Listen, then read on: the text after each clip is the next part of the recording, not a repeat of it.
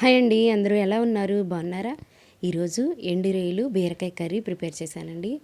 ఎండు రొయ్యలు వేసి బీరకాయ కర్రీ వండితే చాలా టేస్టీగా ఉంటుందండి. చాలా బాగుంటుంది. ఎలా చేయాలో ఈజీగా నేను చూపిస్తాను.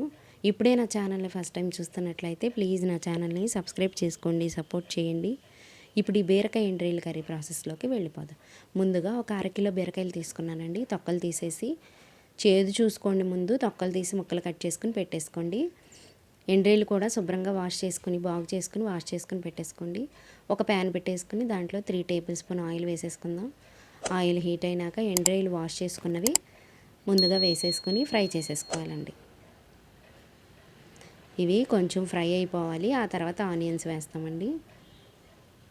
కొంచెం ఇలా ఒక 5 మినిట్స్ ఫ్రై చేసుకోవాలండి. ఆ తర్వాత సన్నగా కట్ చేసుకున్న ఆనియన్ ఒకటి పెద్దది, ఒక 2-3 పచ్చిమిర్చి, కారం మీరు తినేదానికి తగినట్టుగా పచ్చిమిర్చి వేసుకోండి. కారం కూడా వేస్తాం. ఇప్పుడు కలిపేసుకొని ఫ్రై చేసుకుందాం. ఈ ఆనియన్ కొంచెం ఫ్రై అవ్వాలండి. కొంచెం కరివేపాకు కూడా వేసుకుందామండి.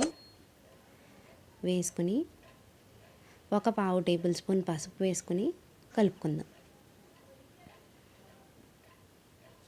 కలిపేసుకుందామండి. ఇప్పుడు బీరకాయలు సన్నగా ముక్కలు కట్ చేసుకుని పెట్టుకోవాలండి. వాటిని యాడ్ చేసేసుకుందాం. ఇవి అరకిలో బీరకాయ ముక్కలండి. చేదు లేకుండా వండుకునేటప్పుడు ఒక్కసారి చెక్ చేసుకోండి, లేదంటే కర్రీ వండినాక చేదైపోతుంది. ఒకసారి కలిపేసుకుని మూత పెట్టేసుకుందాం.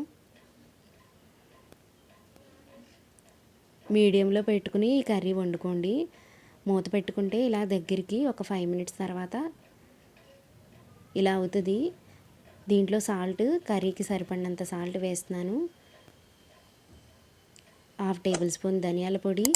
కారం మీరు తినేదానికి తగినట్టు వేసుకోండి. పిల్లలు తింటారని నేను కొంచెమే వేస్తున్నానండి, మీరు ఇంకొంచెం వేసుకోవచ్చు. వేసుకుని 1 టేబుల్ స్పూన్ అలా వేసుకోండి.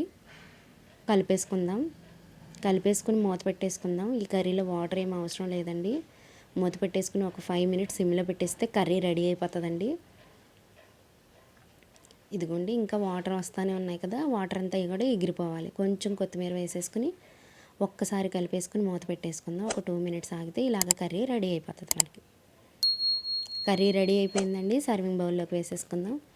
బీరకాయ ఎండు రొయ్యల కర్రీ చాలా టేస్టీగా చాలా బాగుంటుందండి. ఈజీగా మనం చేసేసుకున్నాం కదా, 10 నిమిషాల్లో అన్నీ రెడీ చేసి పెట్టుకుంటే 10 నిమిషాల్లో రెడీ అయిపోతుందండి. మీరు అందరూ కూడా తప్పకుండా ట్రై చేయండి. ట్రై చేసి ఎలా వచ్చిందో నాకు కమెంట్ పెట్టండి.